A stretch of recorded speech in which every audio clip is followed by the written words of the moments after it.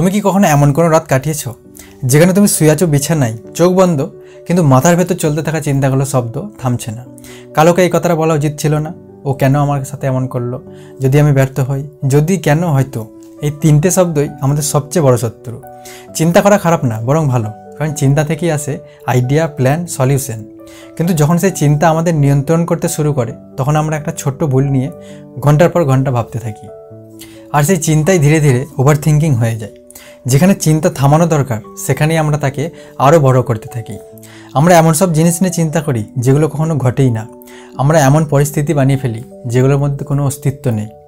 একটা সত্যি বলি, ওভার থিঙ্কিং কোনো প্রবলেম সলভ করে না, বরং এটা নতুন প্রবলেম ক্রিয়েট করে। আমাদের মস্তিষ্কের একটা অংশ আছে, অ্যামিগডালা, যেটা আমাদের ফিয়ার আর ডেঞ্জার বোঝায়। যখন আমরা কোনো কিছু নিয়ে চিন্তা করি, অ্যামিগডালা অ্যাক্টিভ হয়।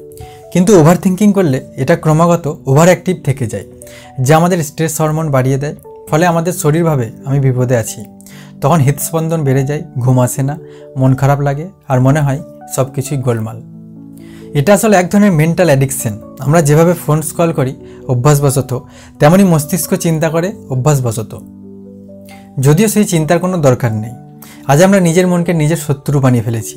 যখন শরীর ক্লান্ত হয়, আমরা বিশ্রাম নিই, কিন্তু যখন মন ক্লান্ত হয়, তখন আমরা মনকে বিশ্রাম দেওয়ার জায়গায় আরও বেশি বেশি চিন্তা করতে শুরু করি।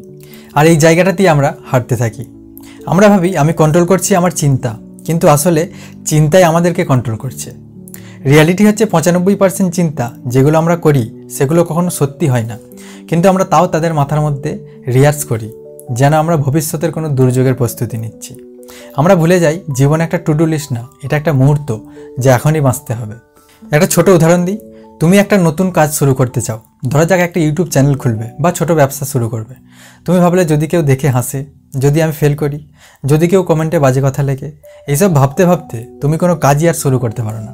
এভাবেই হাজার হাজার মানুষ তাদের স্বপ্নগুলোকে মেরে ফেলে শুধু অতিরিক্ত চিন্তার কারণে। ওভার থিঙ্কিং তোমার কনফিডেন্সকে মেরে ফেলে। ওভার থিঙ্কিং তোমার পিস অফ মাইন্ড কেড়ে নেয়। আর সবচেয়ে খারাপ, এটা তোমাকে অ্যাকশন নিতে দেয় না। কেন আমরা ওভার থিঙ্কিং করি? কারণটা সহজ, আমরা কন্ট্রোল করতে যাই এমন জিনিস যেগুলো আমাদের নিয়ন্ত্রণে নেই। উদাহরণ দিই, তুমি কাউকে মেসেজ করলে, সে রিপ্লাই দিল না। তুমি ভাবছো সে রেগে আছে নাকি, আমি কি কিছু ভুল বলেছি? আসল সত্যিটা হতে পারে সে শুধু ব্যস্ত, কিন্তু তুমি 10টা গল্প বানিয়ে ফেললে নিজের মাথায়। একটা কথা মনে রেখো, তুমি তোমার চিন্তা নও, তুমি সেই ব্যক্তি যে চিন্তাগুলোকে দেখতে পারো। যেদিন তুমি এটা বুঝবে, সেদিন থেকেই তোমার ওভার থিঙ্কিং তোমার ওপর থেকে ক্ষমতা হারাবে। যখন পরের বার মন তোমাকে টানবে অতীতে বা ঠেলবে ভবিষ্যতের চিন্তায়, তখন একবার থেমে গভীরভাবে নিঃশ্বাস নাও আর নিজেকে বলো, এই মুহূর্তটাই বাস্তব। তুমি কন্ট্রোল করতে পারবে না কে তোমাকে কি বললো, কিন্তু তুমি কন্ট্রোল করতে পারবে তুমি কেমন রিয়্যাক্ট করছো। এই জিনিসটা বোঝা মাত্রই 50% ওভার থিঙ্কিং কমে যাবে। যে মানুষ নিজের মনের ওপর জয় পায়, সে এই পৃথিবীর যে কোনো যুদ্ধ জিততে পারে। তুমি যা ভাবছো কাগজে লিখে ফেলো। বিজ্ঞান বলছে লেখার মাধ্যমে তোমার মাথা হালকা হয়, যা মাথার ভিতর গোলমাল ছিল সেটা চোখে দেখলে ছোট লাগে। টেক অ্যাকশন, ভয় পেলেও কাজ করো, কারণ কাজেই ওভার থিঙ্কিংয়ের ওষুধ। তুমি ভাবতে ভাবতে যতটা শেখো, একবার কাজ শুরু করলে তার চেয়ে 10 গুণ বেশি শেখো। আজ তুমি কি করতে পারো সেটার দিকে মন দাও, কাল কি হবে সেটা ভেবে লাভ নেই। একটা দিন ভালোভাবে কাটাতে পারলে ধীরে ধীরে পুরো জীবনটাই সুন্দর হয়ে উঠবে। তাই আজ থেকে একটা প্রতিজ্ঞা করো, অপরজনের চিন্তা থেকে দূরে থাকবে, মাথাকে নয় মনকে শুনবে। আর এখন থেকেই প্রেজেন্ট মুভমেন্টের শক্তি অনুভব করবে। Because overthinking does not make wise, it makes you tired.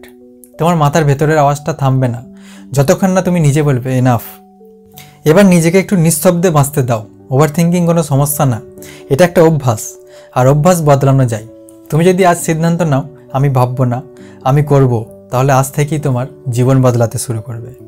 তোমার মন যদি বলে ভয় পাচ্ছি, তাহলে উত্তর দাও, হয়তো ভয় পাচ্ছি, কিন্তু আমি থামবো না। যদি ভিডিওটা তোমার ভালো লেগে থাকে, তাহলে নিচে কমেন্ট করে লেখো আমি আর ওভার থিঙ্কিং করবো না। এবং মনে রেখো, তোমার চিন্তা নয়, তোমার কাজই তোমার ভবিষ্যৎ গড়ে। পরবর্তী ভিডিও মিস করতে না চাইলে এখনই সাবস্ক্রাইব করো। তোমাদের জীবনে যেন সবসময় শান্তি, সুখ আর সাফল্য আসে, এই দোয়াই থাকলো।